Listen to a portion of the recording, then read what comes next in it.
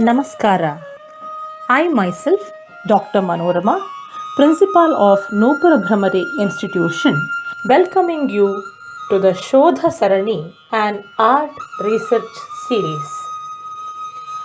After the successful production of Shravana Sarani, an expert lecture series in auditory form held in 2020, we, Noopura Bhramari, the reputed Institute of Karnataka for Qualitative Research and Writing, have now come up with another series, Shodha Sarani, an art research series. This series is dedicated to all kinds of performing arts, including allied art forms. Our aim is to encourage, promote qualitative research, and help in the upcoming studies by establishing the productive research to the art fraternity. Since 1.5 years, entire world is facing crucial challenge called COVID. Amidst of this trivial tricky journey, performing art has taken different phase of expressions. Even our Noopura Bhramari has experienced, examined while assisting to the artist's need. Many of the artists are still in effort to maintain both livelihood and art. In this path, beginning of certificate courses are one of the major programs initiated by us to rejuvenate the minds of ardent art seekers. Now, Shodha Sarani, episode number 5, featuring the study impact of COVID pandemic on dance and dancers by Dr. Soumyashree M. Kaku, Bengaluru-based medical doctor in Mimans, clinical researcher and Bharatanatyam dancer. Welcome Soumyashree, over to you.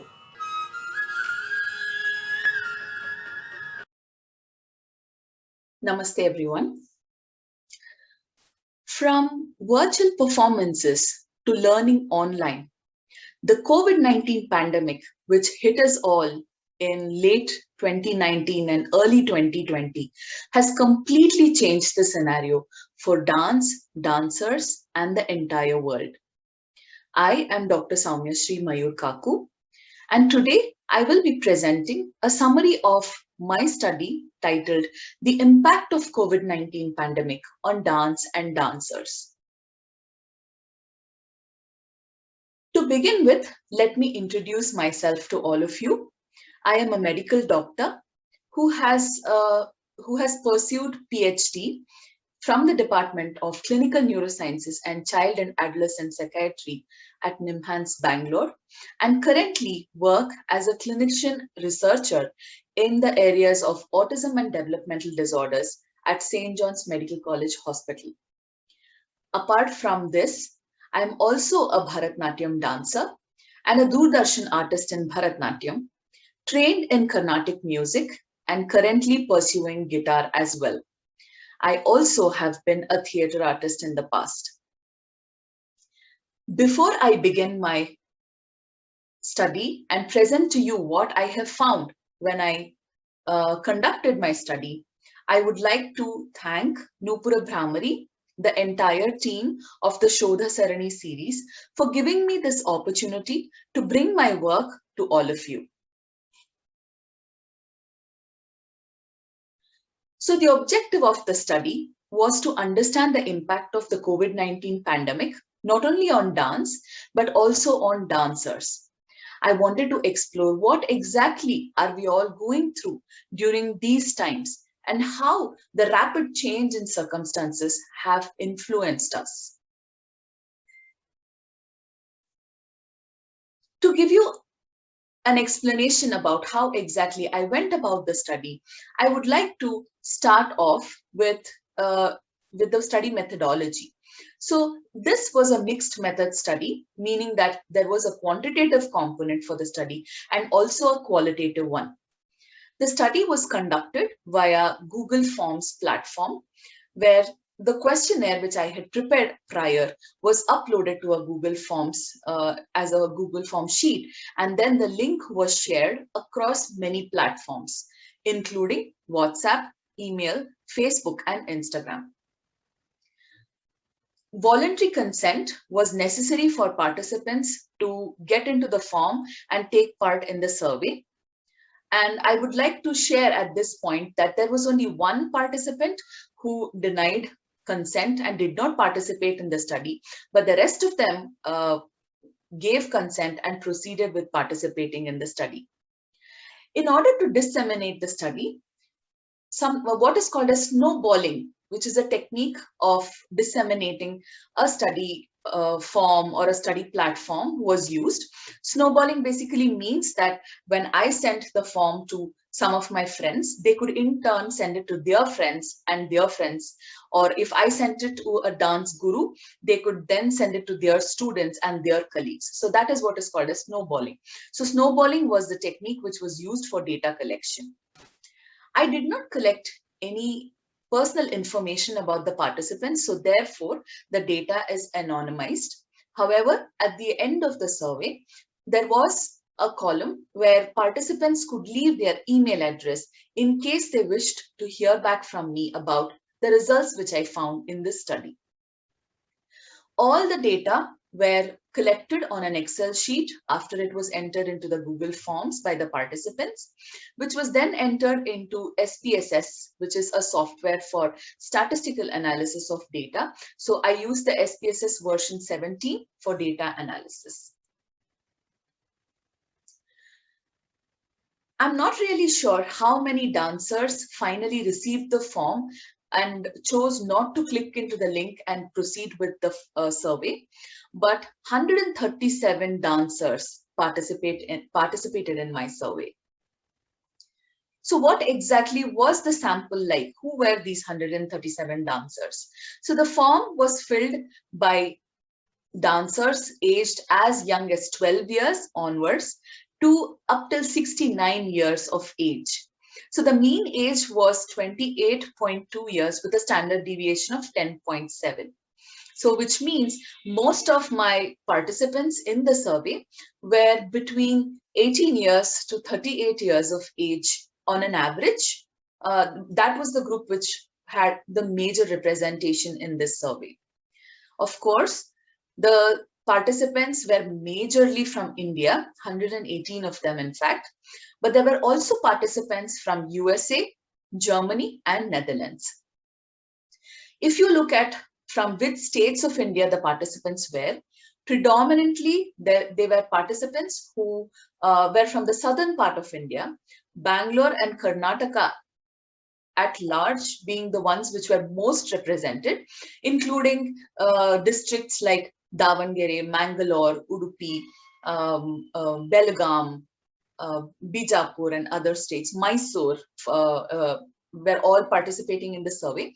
But other cities such as Chennai, Hyderabad, Mumbai, Panaji in Goa, also there were many participants from these parts of the country. So of the 137 participants who took part, 132 of them, that is the majority of the participants, were Bharatnatyam dancers. Of course, there were other dance forms as well, which dancers were practicing, which included Kathak, Kuchipudi, Odissi, Mohiniyattam, Yakshagana, contemporary art, and other forms of dance as well. Many of these were overlapping with Bharatnatyam. So there were people who practiced more than one form of dance, which is why the numbers. But predominantly, the survey was answered by dancers who were Bharatnatyam dancers. So all of these dancers practiced for many years. And if you can see from this particular pie chart, majority of them at least practiced for more than majority of them had at least more than 5 years of active practice years. So there were 19% of the sample who were dancing for 5 to 10 years actively, 32% who were practicing for 10 to 15 years, and 29.2% who were practicing for 15 to 25 years in the field of dance. Many of them were full-time dancers, and a few of them were part-time, as in they also had other day jobs which could support them financially. The next question was to understand how the pandemic impacted dance practice. So if you can see here, pre-pandemic, majority of them were able to practice for 0 to 2 hours and 2 to 4 hours. But during the pandemic, if you can see, there's almost a 10% dip in people who are practicing for 2 to 4 hours and who are now practicing only for 0 to 2 hours in a day.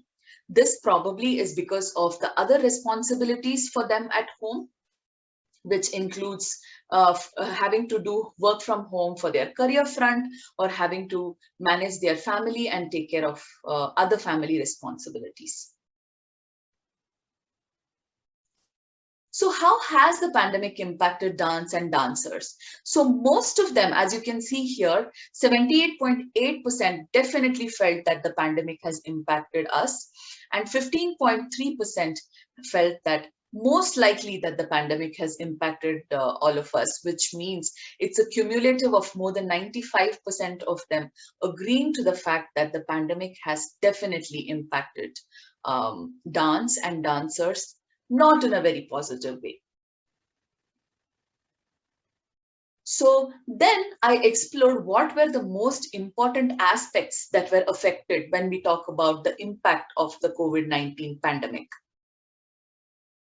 So there were some options which I had given, like how was your regular practice affected? How was your interaction and guidance with your guru and learning new items and practicing them at home? What was your level of motivation like? What kind of support did you receive from your dance mates? How were you managing your financial front in your life? How is your work-life balance? All of these questions were answered by the participants of the survey. And how did they feel about not having live performances?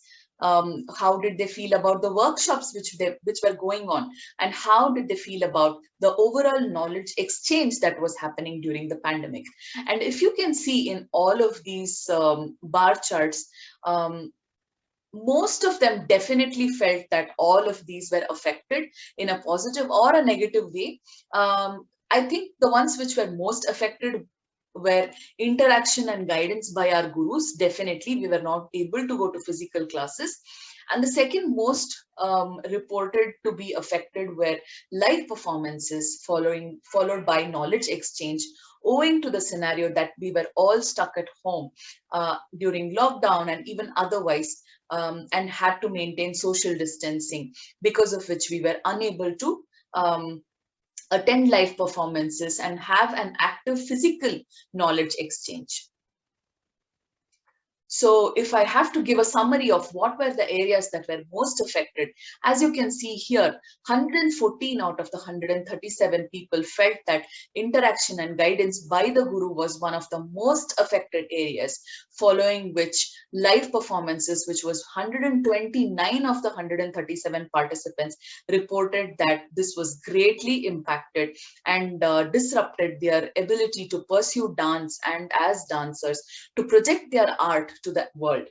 Of course, financial aspects and work-life balance were also reported high, along with lack of motivation, which were all reported by more than 90 people of the 137 people that took the survey. Apart from this, when I looked at what were the other aspects that the participants of the survey have reported to have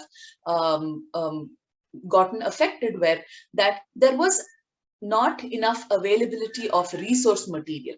Of course, there was an enormous boom of the online content during the first lockdown itself and the pandemic in the year 2020.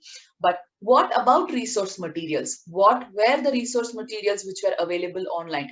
And how were these accessed? How were these accessible for people across the country and across the world for that matter during the pandemic?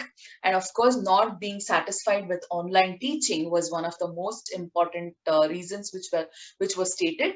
And the competitiveness which you have when you're in a classroom setting, because you have support from your peers, you have a lot of one-on-one learning with your guru. So the competitive atmosphere which you would have, the discipline of a classroom setting which you would have, was completely disrupted, and of course has not been available for more than a year or a year and a half now because of the pandemic. The fineness of dance when you're doing it in the classroom setting, especially because your guru is able to observe and give you subtle corrections. And even otherwise, as a dance guru yourself, being able to get into the zone uh, of choreography, of creating art itself, and the fineness of doing that in a formal setting versus doing it from home definitely has impacted dance itself and also the future dancers who are upcoming in the field. Many of them, in fact, mentioned mental health during this period, especially because there were death of loved ones, unfortunately, because of the COVID-19 infections. Apart from this, the negative pressure and decreased self-esteem induced by social media platforms, excessive viewing of social media and social media content in many of them affected mental health in a negative way. A lot of them, at least not, at least for those dancers who did not live in tier 1 cities of the country, had to face network and technical difficulties, which also threw enormous challenge at them to pursue classes with their teachers, even though it was online training.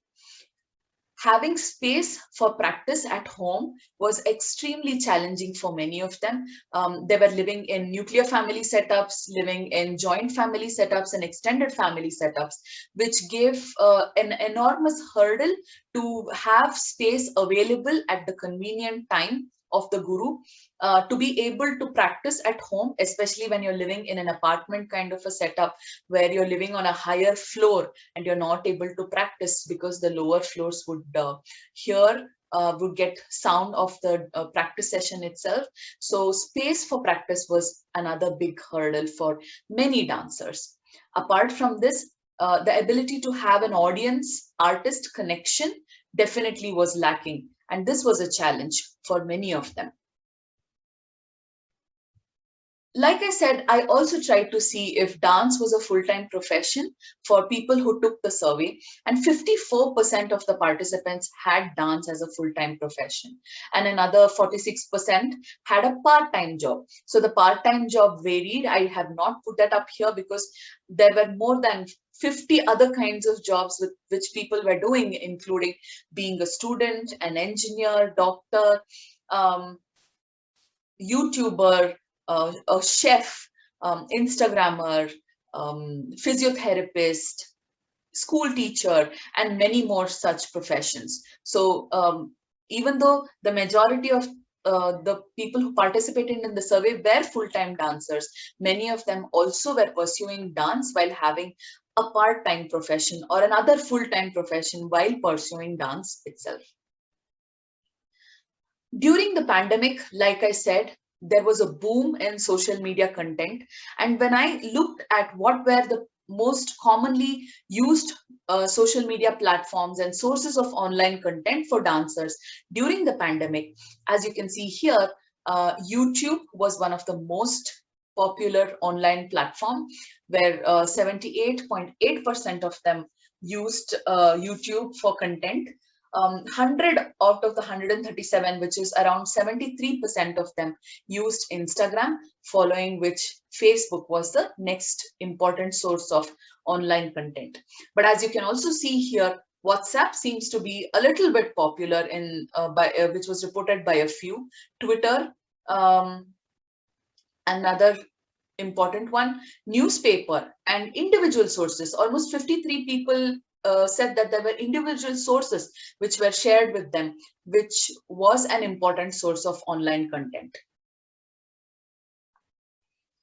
Of course, 84% of the participating sample had attended live performances, workshops, series, or on any of these social media platforms, of which, as you can see here, YouTube was the most popular one, following which it was Instagram and Facebook.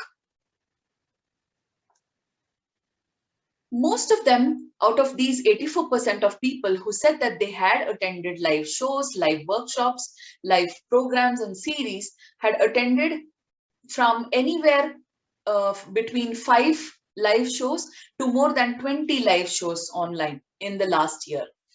One of the important things which many people reported as being useful because of the online performances is that students were given an opportunity by the gurus to perform in these live shows which were being conducted online.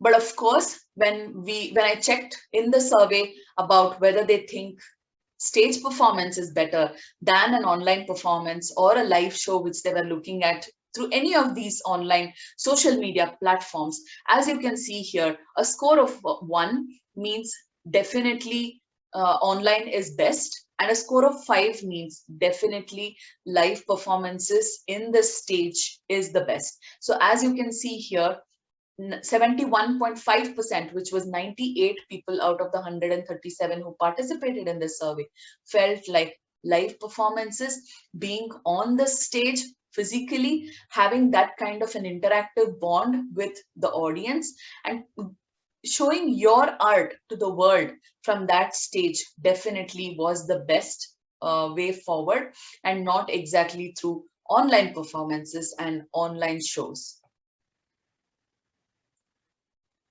I also asked them, would they want to have this kind of a scenario post-COVID? So let us say COVID ends in this December, and then we look at how we want to use social media platforms for post-COVID dance, and how we can use it for dance and take it forward as dancers. And as you can see here, only 31% were definitely sure that post-COVID social media use must be there. We must pursue these forms. Live shows, online shows and workshops should continue post-COVID online. 25% of them definitely had a no, and 43.8% were not really sure whether the scenario should continue as it is, or maybe we'll really have to go back and they would want to have a physical scenario like the pre-COVID times. Now I will talk a little bit about the data itself, some statistical analysis and what came out to be significant, what were the variables which were significantly associated with each other and correlated to give me this kind of an output. So as I said, I used SPSS platform to do data analysis, and I have only highlighted some of the most important ones which can give us a sneak peek into the exact problems which dance is facing, which dancers are facing during the pandemic.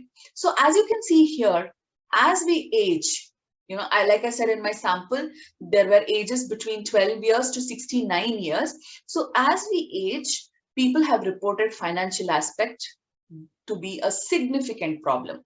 So P was around 0.001, which is statistically significant, and which just means that in younger ages, financial issues were not reported, obviously, because they are students, they have family and parents to support them probably.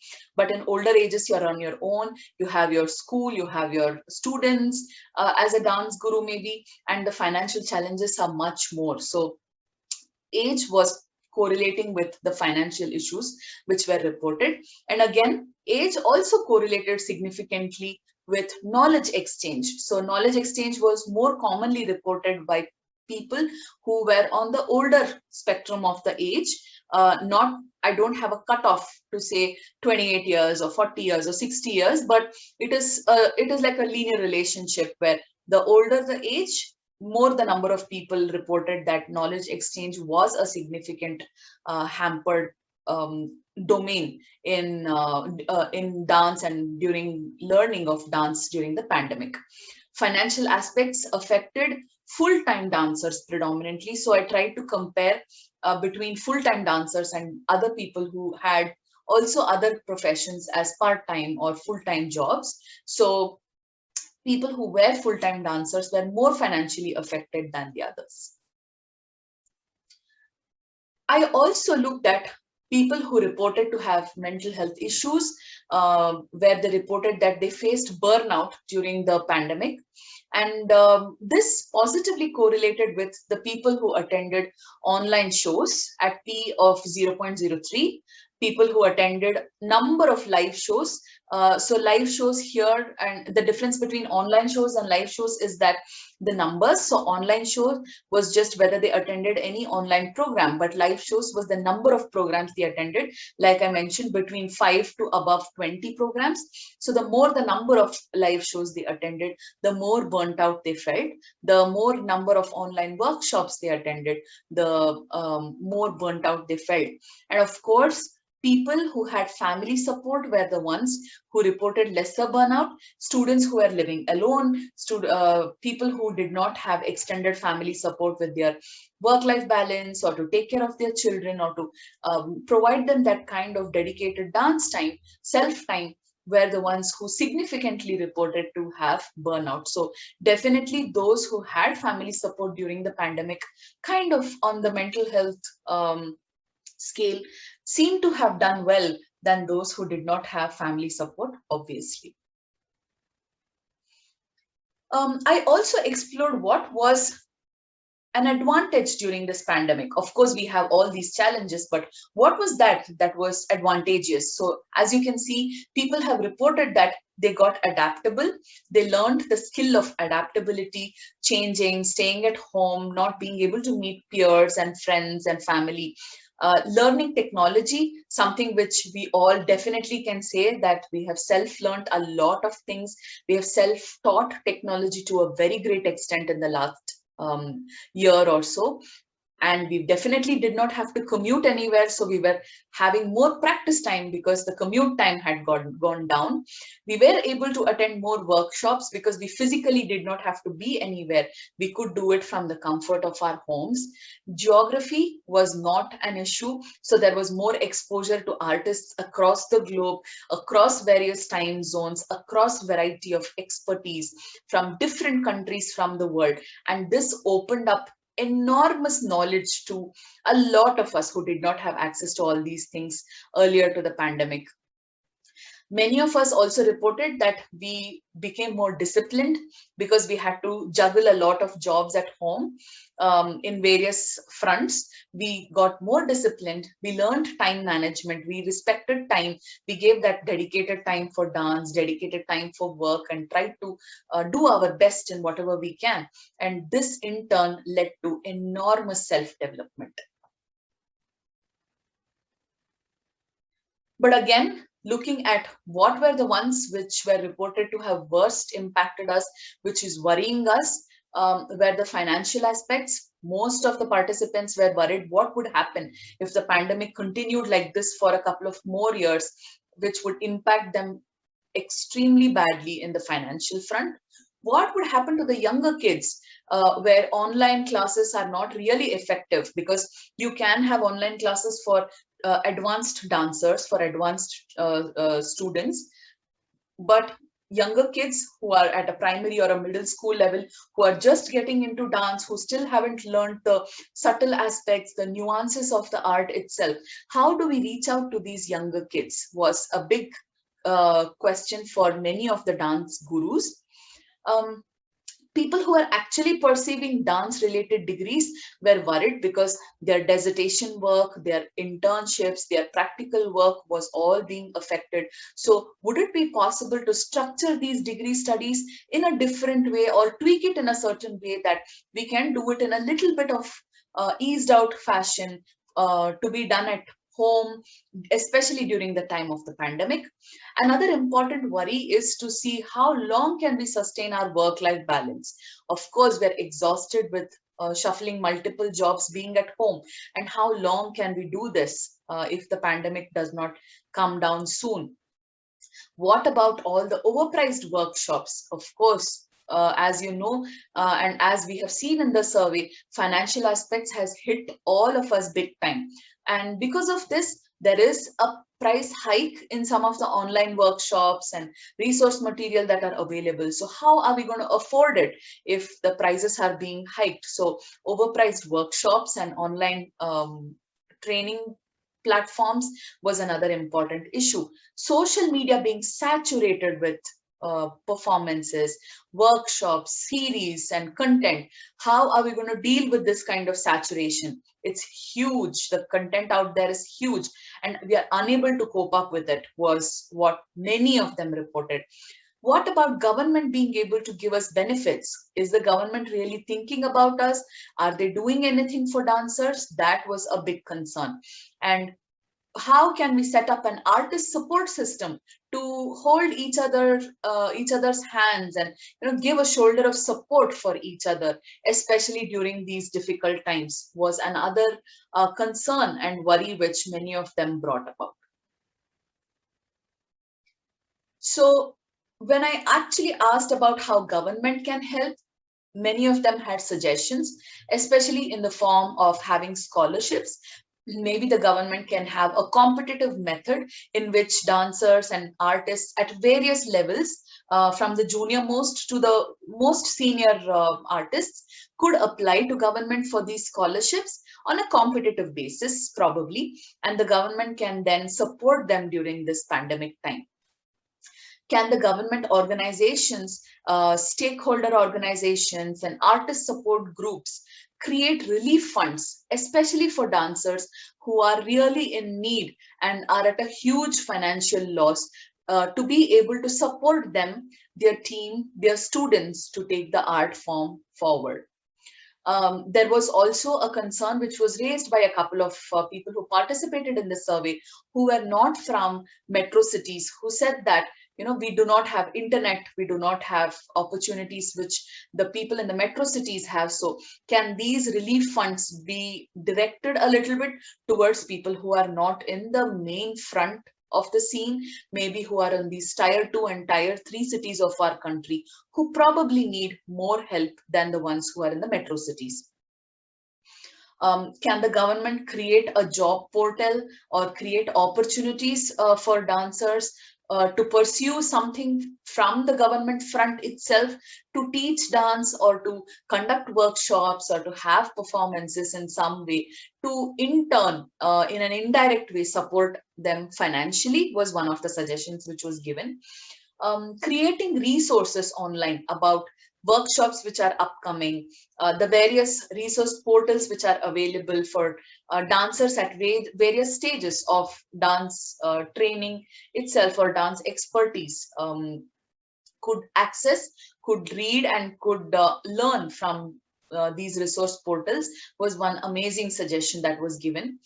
What if all artists took vaccination and then we start off having a live performance? This was a question which was raised by a few of them, saying that similar to how we see that gyms are being opened with a 50% capacity, swimming pools are being opened, competitive swimming training and other forms of competitive training have all been given a green signal to go ahead and practice. Similarly, can there be a similar rule which government can give for artists, especially dancers, to have live performances with a 50% capacity with people who have gotten themselves vaccinated? Or can we have classes, live classes, and all dance schools across the country open with 50% capacity and alternating their students so that gurus also can overcome these financial issues which they are going through? Of course, platforms to perform live, online, or whatever way possible, could the government support that, was one of the questions which was raised and suggestion that was given.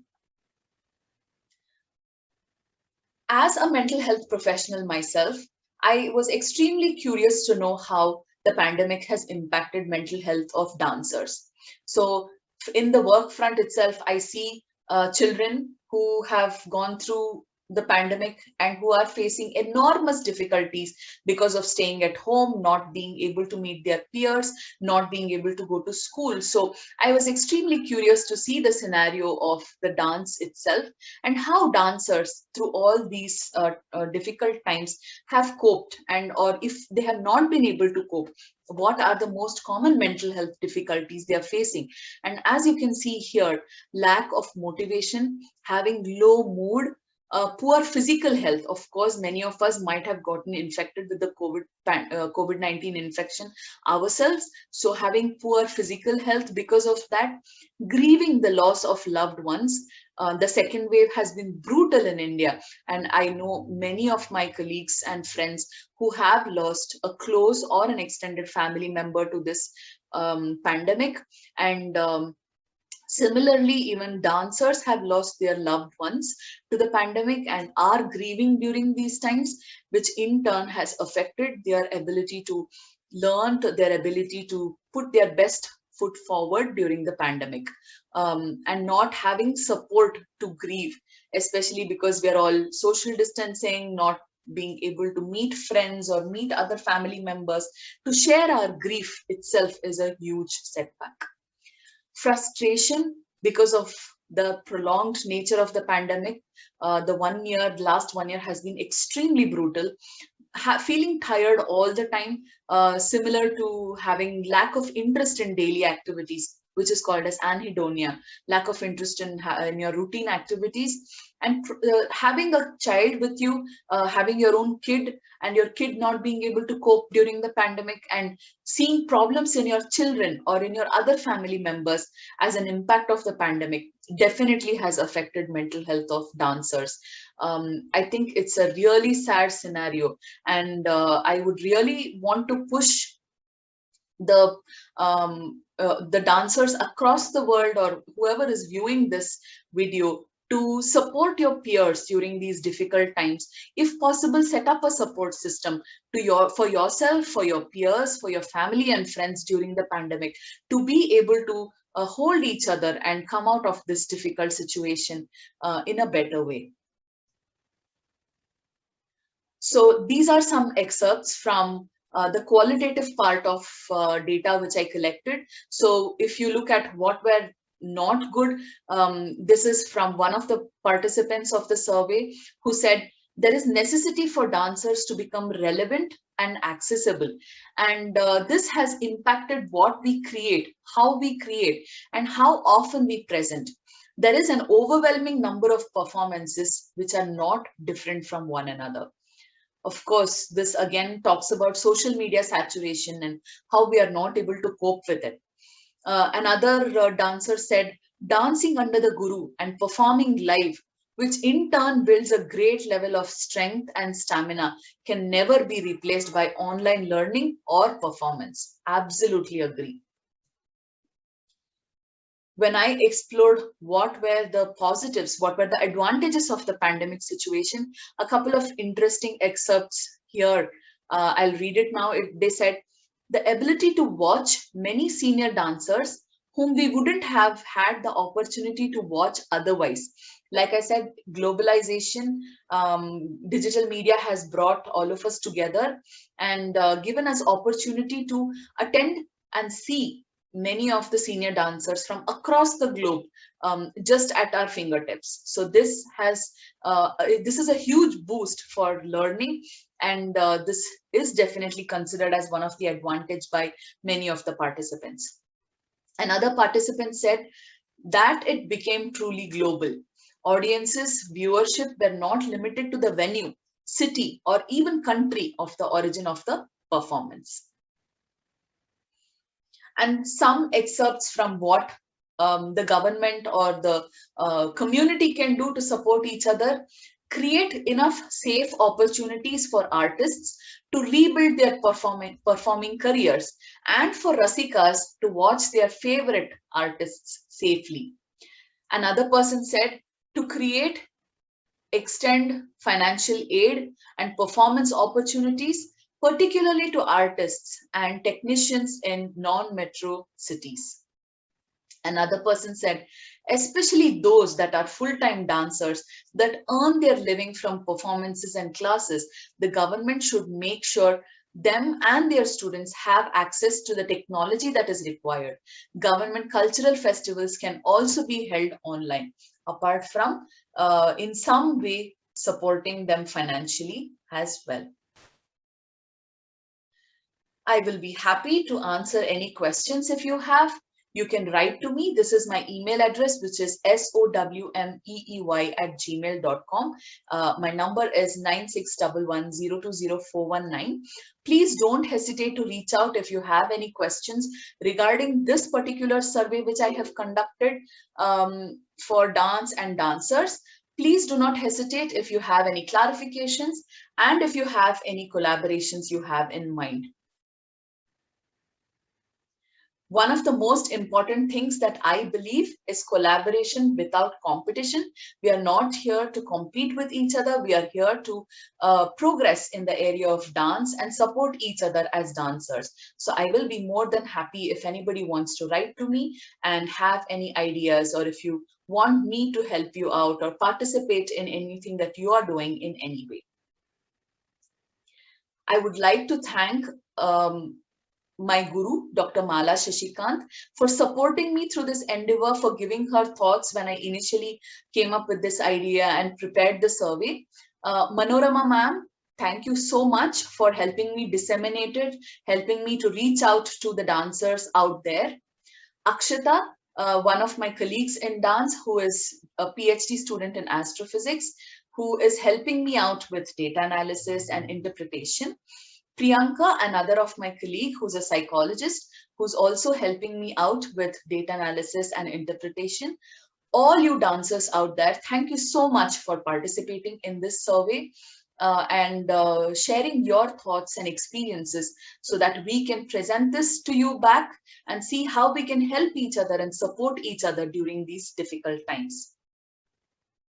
I would like to conclude by saying Gurubhyo Namaha. Dhanyavad all of you for your kind attention. Namaste.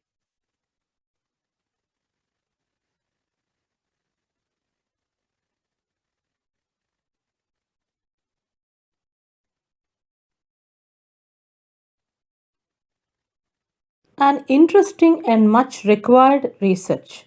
Congratulations to the research scholar. While most of us have qualitatively felt the different kinds of challenges during the pandemic, the presentation quantifies the issue by quite an exhaustive survey of dancers. The questions raised, the possible solutions, and the conclusion drawn are very pertinent. While one of the major aspects of dance is the movement vocabulary, other aspects such as content development, study of aesthetics, and underlying philosophy might have been carried out by the dancers. This would have helped them broaden their horizons and deepen their understanding of the art. The researcher can think of incorporating a question pertaining to this aspect by Arjun Bharadwaj, contributing editor, Preksha. Dr. Soumyashree's presentation is timely and relevant. Her medical background has added strength in visualizing the approach to the study, which has been carried out meticulously. Some attention could have been paid in bringing to record the efforts of institutions and organizations that took special initiatives to cater to the needs of the artists in distress. The intangible value addition to artists' personality due to experiences caused by the pandemic, which could influence the teaching methods, especially for arts, may find a mention in the study. Acknowledging the fact that not all variables are quantifiable is significant in such studies by Dr. Shobha Shashikumar, dance teacher and visiting faculty, Jain University, Bengaluru. Dr. Soumyashree Kaku's presentation has been timely and very much required too. It has come out very attractively. Though all of us know that there has been an impact which has been highlighted by her, the research on this has validated it. The researcher has reported the solutions given by the people who has taken the survey, but could have mentioned the possible solutions from her end too. By Dr. Dwarita Vishwanath, dance tutor in Tamil University, Bangalore chapter.